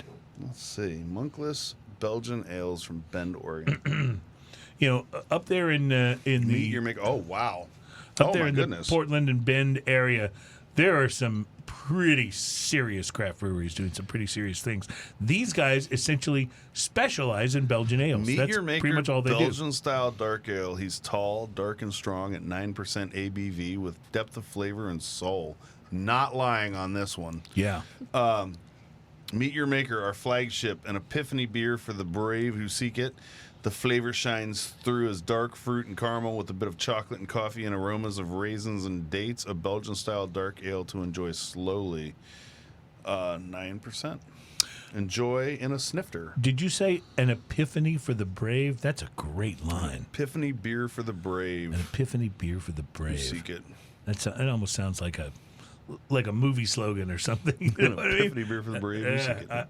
I like it. So, Ian, this is really your wheelhouse here. You're the expert in this style, I think. Tell me how this ranks for you. I don't know if I'd consider myself an expert, but I will tell you, I do try to be as experienced as possible, and I practice my art as much as possible. This is absolutely delicious. It's fruity, like crazy fruity. It's got the dark date and raisin backbone to it. It's a little more carbonated than I was expecting, and oftentimes I don't like that in this style of beer, but in this particular case, I think it works. It is more carbonated than I would expect. I'm going to pour myself some more and try this a little bit warmer, but I'm going to drink some more before I do that. Of course you it's are. It's this beautiful kind of brown color. Yeah, it really is. And it's sticky. It's sticky sweet in a beautiful and wonderful way. Like a sticky bun. Like that kind of sticky sweet. Yeah, it's the right kind of sticky sweet. Yeah. It's like, I have an aversion to getting sticky stuff on my hands that drives me crazy. I'm the same way. Right? But this one is one I wouldn't mind, Yeah, right, absolutely. I think it's delicious. On second sniff, like now that it's in my palate and everything, you really smell the raisiny kind of things right off the top. Given the taste, what it tastes like, I would have expected it to be a little more boozy than it actually is, but it's not. I mean, you said it's what, 9%? 9%. So I think the high carbonation kind of slicks over the top of that a little bit. The carbonation, the bubbles are real small. It doesn't feel big and annoying. I don't feel like I just popped open a Zima. Right. Do we all remember Zima, or am I just aging myself? I remember Zima. They made a comeback a couple years ago. I know. I remember that. I remember seeing it on the shelf and going, what the heck? If you can call 5 minutes to comeback, yes. Don't call it a comeback, because it wasn't. Right. But no, you're right. It did reappear. And honestly, it has reappeared everywhere. It's called hard seltzer. But people just have packaged There's a it differently. beautiful bitterness to the malt flavor on here, too. Yes, there is. Malt a lot of times is big and round and a little chocolatey and stuff. It's different here. Yeah, this is a little different. It's more bitter chocolate, if any chocolate. It's more bitter chocolate, and there's a great little almost honey sugary snap to the beginning of the flavor on this. It's really delicious. Yeah. Really delicious. And like I said, not quite as boozy as I was expecting. And it does leave a little honey in the retrohale as well. All right. So let's take a pause from the Monkless and try our next Garrison Brothers. And this one is which, did you say? So this one is our Balmoral. Okay, Balmoral. Now, So explain. This was my favorite last time. Okay. So this one is our double oaked. We actually won double gold in the San Francisco Spirits competition for this one. It is coming out to 115 proof. It's going to spend 4 years in the first New American Oak barrel. We take it out, let it breathe for a little bit, and then put it into the second New American Oak barrel for 2 more years. So this one is going to be a 6-year-old. You can tell just by the color that it's definitely got those rich flavors to it. We call this one our bourbon candy because you get those heavy notes of chocolate and vanilla and kind of caramel to it. It's definitely the oak. This is one of those things that is straight up whiskey to me. Like this. But it's just what's a good exceptional, example of whiskey? Is slap this bottle down. Right. This is what whiskey's supposed to be. This is yeah. where Absolutely. it is. So Balmoral is What in terms of retail price? What's a bottle like this go for? About $150. Okay, so you're getting You used into to only sell it in the smaller bottles, Yes. right? And now it's coming out in the 750 mils, right? Right. The first year we released it, it was in a 375, and that And it was $80 at 375. Yeah, Yes, I remember it that. was. All right, so tell me again, what's done to this that makes this so exceptional? It's oak. Yes, it's going to hang out in 2 new American oak barrels instead of just the one. Okay. So it's double oaked. So double oak. So it goes from one barrel and then it rests there and then it goes into another barrel. Yes. Is there a difference between the barrels other than the age or youth of them? Nope. They're both going to be brand new, Interesting. so every barrel is going to be completely different, just kind of like humans. It adds- Everyone has its own Yeah. personality. But it adds that dry, oaky astringency to the end of the palate. I would guess that the longer the bourbon rests in the oak, the more the oak absorbs the bourbon and the less of its own characteristics it's putting into the bourbon. So that would be the reason for moving it to a quote unquote fresh barrel, right? And our master distiller just wanted to find out a way to make our expensive bourbon even more expensive. That makes sense. But it gives it such a wonderful I picture him mellowness, standing there thinking to himself, well, this is oaky. But you know what's better than oaky? More oakier. Yeah. I get it. I get it. But at what point, so here's my question. Is he now tasting this and going, this is more oakier? But you know what's better than more oakier? Even more oakier. Will this now go into another process? Tertiary barrel? I can't say no, but nothing's in the works Dan, right let now. us know. Yeah, come on. So show us this bottle. This Let's make is sure we know what this fantastic. looks like. Yeah, this is really terrific. And what's the proof on this? This is 115? 115. Wow. That's, There's a spice that it leaves in the aftertaste, too, that's very interesting on the back of the tongue. What is the, it's 57.5%? Yeah. Okay, this is pretty big. In Balmorhea, it's actually named after Balmorhea State Park, which is in West Texas, near Pecos, Texas. And this kind of goes into our 501c3 good bourbon for a good cause. $5 from every bottle that we sell of that, we donate to Texas Parks and Wildlife to help Very rebuild Balmorhea State Park. Dan's actually hired scientists, landscapers, engineers, and stuff to have a 100-year plan to help rebuild this state park and just give back to Texas as much as possible. And in case you're looking for this on the internet, Balmorhea is spelled Balmorhea. This Also, is it a has beautiful the bottle. blue Yeah, and you notice how wax. the blue actually is picked up in Yeah, let me put that on the pewter band there. Look at the So they're blue bonnets. the blue bonnets in the star and the blue bonnets around the band. That is just Now that's gorgeous. Texas. Yes. That really is a beautiful bottle of whiskey. If you're listening to this and you're outside of Texas and you've never driven through Texas in bluebonnet season, it is breathtaking. You will come around a corner or over a hill or over, in southeast Texas, you'll come over an overpass, which we call a hill. But it's absolutely breathtaking because you will see fields with bluebonnets just randomly growing. Mm-hmm. It's like, the only thing I can liken it to is if you've ever taken the, what's the, I'm blanking, where you see all the trees changing colors and everything like that. Oh, you're talking about leaf peeping in in New but England? there's the goes through Kentucky and all that. What's the name of that road? Anyway, I'll make up no Appalachian matter. Trail. No matter. But if you ever seen, just the beautiful picturesque of all the leaves changing color, that's Texas version of that bluebonnets. Everything just turns into this bluebonnet thing. Love it. Yeah. Love and then the Indian paintbrush shows up right afterwards, by the way, which is Yeah, also which is gorgeous. also Yeah, awesome. Yes. Absolutely fantastic. Yeah, we drove out to my mom's a couple of weekends ago, and just the amount of bluebonnets you would see just in the open fields. Yeah, this is the Absolutely season right wonderful. now. By the so- way, stayed at a Airbnb in Shiner, and I was all excited because I wanted to go to the Shiner Brewery, and they were closed. I was so bummed. they're not open on the weekends. I was so How crazy is that? bummed. Yeah, I didn't know. I Yeah. should have done my research. I didn't. I've know. made that mistake. I was bummed. I Not was open really on the bummed. weekends. I was so excited. I did the Shiner ride quite a few years ago, probably about 10 years ago, where the Shiner Bash ride, which Yeah. is 100 miles basically on my bicycle. And when I got there, I was like, it ends like right at the Shiner Brewery and you get beer. No, the brewery was closed. Oh man. But you end up in a field outside in Shiner, Texas. Yeah. And they give you beer. It was nice, but it wasn't the same. It wasn't the you same. do ride through the parking lot to get there, though.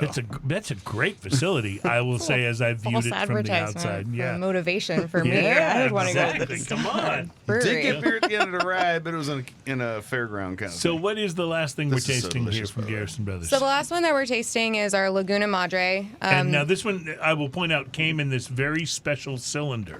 This is Yeah. serious, like big-ass, So heavy acrylic. we're you can put a expecting- shark in here and not worry about it coming We're out. expecting big things from something. Of course, that comes that's what they said in packaged like Jaws, that. too. Yeah, No, this is beautiful. you're going to need a bigger boat. You're going to need a bigger boat. So, I forgot about that. So, this- what is this one that we're trying, and why is it in a glass encased or a plexiglass encased? Heavy acrylic. Yeah. So this is the oldest bourbon that we have put out so far. This one is going to be 8 years old. This one is also double oaked, but instead of 2 new American oak barrels, it's going to spend 4 years in a new American oak barrel, and the second barrel that it goes into for 4 years is going to be a French Limousine oak barrel. So the one that we just tried, the Balmoral, that was in those oak barrels for how long? 6 years total. So Okay. 4 years in the first one, 2 years in the second one, And this one is 8 years total. okay. So it's an extra. But this couple is a of years. single barrel, right? Pardon? Or did you say it was a single barrel that it's in? No. No.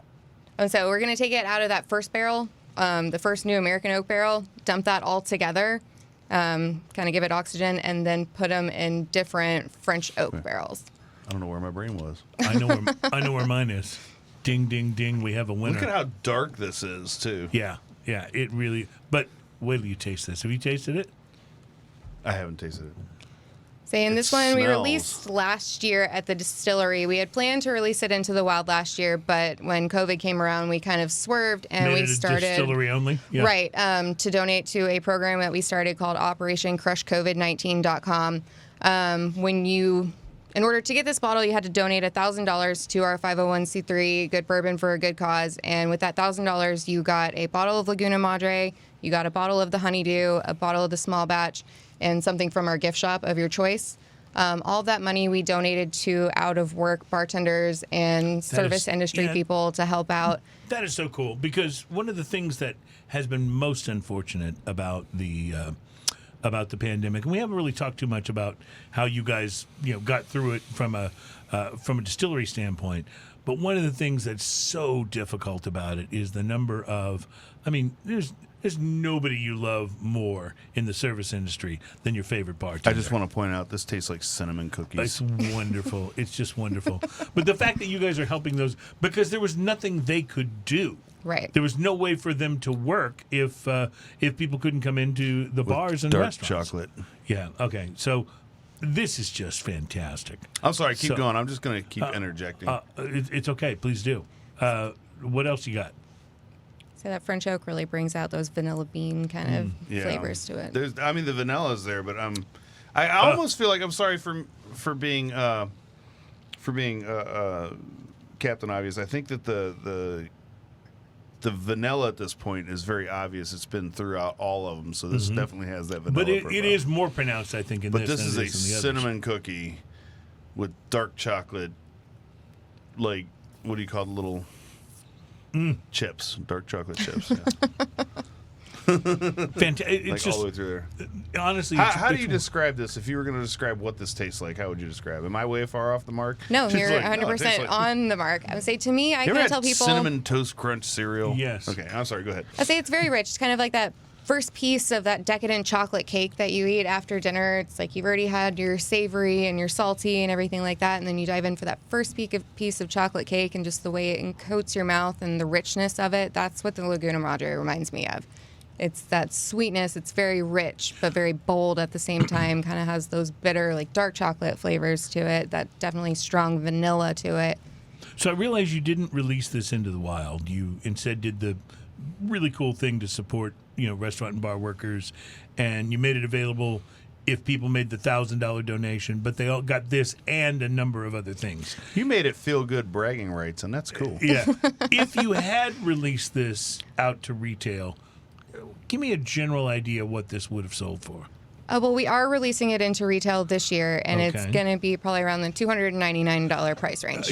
I'm just going to say, I don't know of a $299, $300 spirit you could buy that would top this. I really don't. Pretty amazing. Yeah, it's really, really terrific. And it's a total of 8 years of aging. Can you even imagine what additional aging could do to this? Well, yes. Yes. Yes. I wouldn't say our angel share is Little so much. foreshadowing there. I wouldn't say people ask all the time, like, is there going to be a 12-year-old Garrison Brothers? Is there going to be, 10-year-old? The answer to that is really no, because our angel share each year is about 15% compared to in Kentucky, where it's, Is a that lot because lower, and so- the weather is so 100%. like, up and down? Like, because it is really like Yeah, here, Texas and Kentucky here in weather are Texas, very and this different. is Right. no joke, and especially to Central Texas, like where you guys are located, the weather can be 30 to 40 degrees in the morning, and 85 degrees in the afternoon, and then drop again. Like it can do that for weeks out of the year. Well, we've had It's- similar things happening in the past several months. Yeah, you and know? that happened, and that the effect on the barrels that has to just like Right.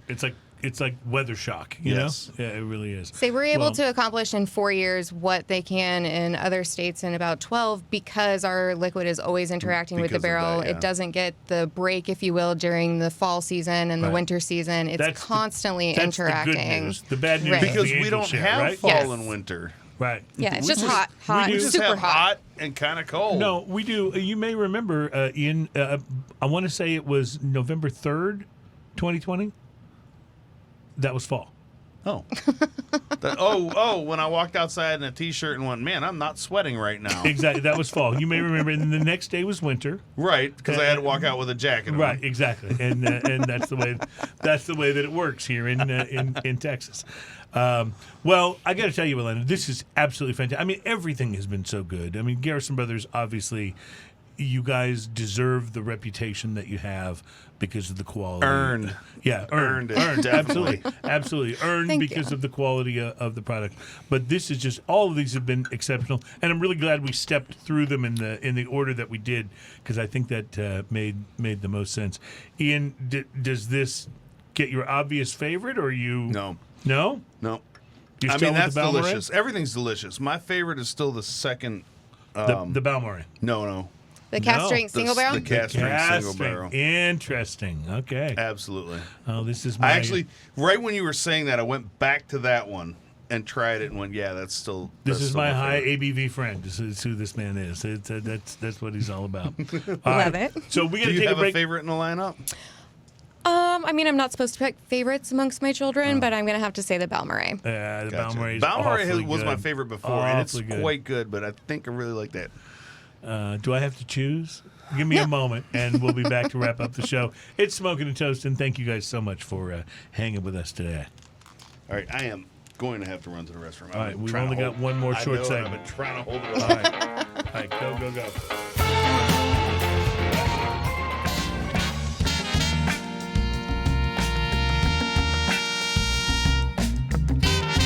Welcome back. It's Smoking and Toasting. It's show number 230, and we are guys are brought to you by MyCigarShirts.com. Check them out on the web. They are a supporter of us, so we ask you to be a supporter of them. MyCigarShirts.com because Cigars. Cigars, You know the yes. shirts are like super soft and awesome to wear. Oh, they too. are, and they're wonderfully snarky too, with great cigar sayings on them. So they're definitely worth checking out. Speaking of cigars, Alaina, we haven't had a chance to ask you about this yet, but you actually brought along to even show us here Yes. a cigar project that Garrison Brothers has gotten involved in, and this is with Payne Mason cigars, right? Yes. So how did this come about? Obviously, this is about pairing cigars with your whiskey, but. So it's actually our sales manager in California. His name is Coil. He kind of had the idea, and he got the partnership with Payne Mason, and they've been working on it for about a year. We just released them a couple weeks ago, or a couple months ago. We have 4 different varietals, and then the last one that y'all have in front of you is actually infused with our small So this batch is actually bourbon. infused with bourbon, this cigar, yeah. It is. And I'm not going to lie, I don't know much about cigars, but what I was told is some other brands have come out with bourbon infused, and they put the liquid actually in the tobacco, and they didn't last for very long or kind of had more of like a rancid flavor to them. Ours are not done like that. They're more barrel infused, so they're actually aged in our barrel. Yeah, so this is like the Camacho barrel aged and some of those there's cigars. been some great success with putting them in the barrel and aging them in the barrel. And allowing the tobacco to be kind of infused by the wood from the barrel. Yeah, no, it's absolutely right. And my understanding, by the way, is that this line of cigars you guys have released, there's an infused version, and then there are other cigars that are not infused, but they are basically designed to be paired with a particular bourbon from your line. So one's designed to be paired with the Honeydew and one with the Balmoral and so on, right? So the Toro Golden is to be paired with the Honeydew bourbon. The Toro Barber is to be paired with the single barrel bourbon. The Toro Maduro is to be paired with the Balmoral. And then the Torpedo that y'all have is to be paired with the small batch bourbon. Nice. Well, this is very exciting. What was this just the idea of one of the members of your distilling staff? Is that right? That, and we were looking for another way to contribute to our 501c3 Good Bourbon for a Good Cause, and this was another idea that they had for that. So every time you purchase one of these cigars, a portion of it goes to our 501c3 to help with veterans, to donate to Texas state parks, and to help pay for health insurance for our service industry workers. So Garrison Brothers is such a Texas thing, but what is your reach like outside of the state of Texas? Is this something that's important to the company? Very, and growing very, very rapidly. We actually now have a sales team all across the country. That's great. We have a full team in California. We have 2 people in Florida, 1 in New York. We just moved our guy in Fort Worth up to Chicago, and he's handling the Midwest. In New York, you have to keep a bagel in your pocket. Yeah, that's right. It's the avocado, but East Coast. Yes. Yeah. Say we are now distributed in 38 states in the United States and 7 different countries, and that is just growing by the day. And people can find out where by going to your website. Is that right? 100%. GarrisonBros.com. All right. Well, you guys honestly make us. We're already proud to be from Texas because people from Texas are proud to be from Texas.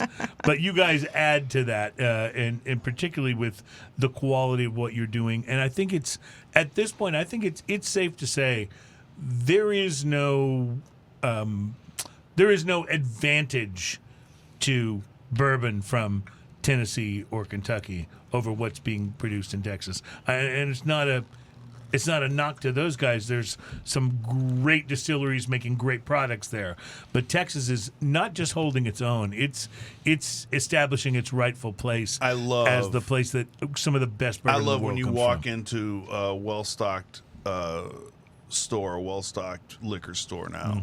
There's a section, an of aisle Texas. sometimes. Becoming that's its own Texas. category Yes, now. it is its own thing, and it's a and- beautiful thing. And it does have a little bit different going on all the time. Absolutely. And you guys are essentially the anchor of that, which is absolutely awesome. So please tell everybody at the distillery thank you from us for making us Texas proud. It's a very cool thing. Will do. And thank you, Alaina, for coming on. And I must say, you have played your role as the bourbon evangelist very well. Say hallelujah. It's been a good it's been a good round of tasting. Evangelicized. Yeah, you feel it I might moving. have invented that word. I feel the spirit moving, or maybe it was the Balmoral. I'm not sure.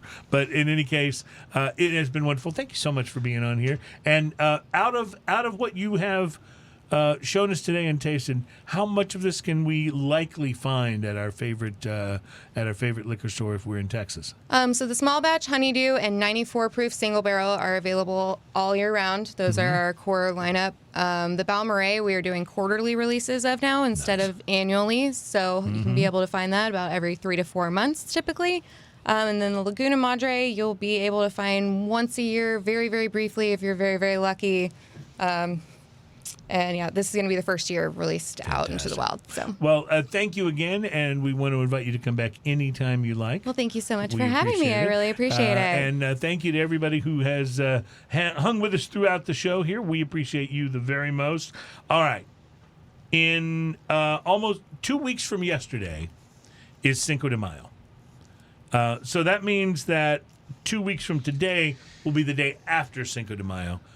And I just can't wait to do a Cinco de Mayo show. Cinco de Regreto. On the day after, right? On Cinco de Regreto, right? So, with that in mind, next week, which will be a week before, just a day less than a week before Cinco de Mayo, we will be joined by one of our favorite people on the planet. Our tequila expert, Liliana Rodriguez, will join us next week on the show.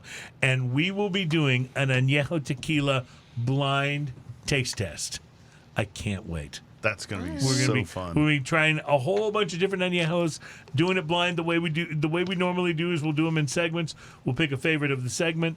We'll kind of rank the ones we tasted in each segment, and then at the end of the show, once the reveal has been made of what tequilas those were, we'll pick our favorite list. As for always, the show. with any tequila tasting on this show, no salt or lime will be harmed during the tasting. And of that's any 100% important. So we're looking forward to that. And then I just want to mention, coming up on the 13th of May, you know how hard it is to step into the shoes of someone legendary, right?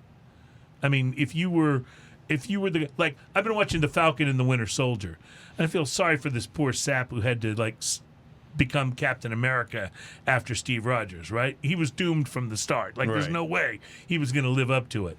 So it takes a brave person to step into the shoes of someone large. And there's a brave person who stepped into the shoes of Dave from Whistle Pig. And his name is Dave from Whistle Pig. I know, I love that. So he'll be our guest on the 13th. Wow, so we'll get to meet huge. the new Dave. That's absolutely huge. We'll get to meet the new Dave. So we'll do our best to try to make him feel at home and welcome. We had Dave Pickerel on the show, and it was just a month. Yeah, about a month before he passed. Before he passed, and I was and he was so great. He's honored one of the greatest guests so we've fun. ever had. He was so much fun. He was so fun. So we'll see. I'm anxious to meet the guy who's brave enough to step into those shoes. Woo. Yeah, it's going to be exciting. So that's coming up, and a lot of other great guests coming up. Alaina, thank you so much. We love your whiskey. Thank you. And we love having you on the show. And tell your sister she's welcome to come back without Doc so she can have a chance to speak, by the way, on the show. That'll be something we'll be looking forward to. Have a great week, my friends. Thank you so much for joining us on Smoking and Toasting. And we'll be back next week with our blind taste test of Añejo Tequila. Until we see you then. Cheers, my friend. Cheers, y'all. Salute. Cheers, ma'am.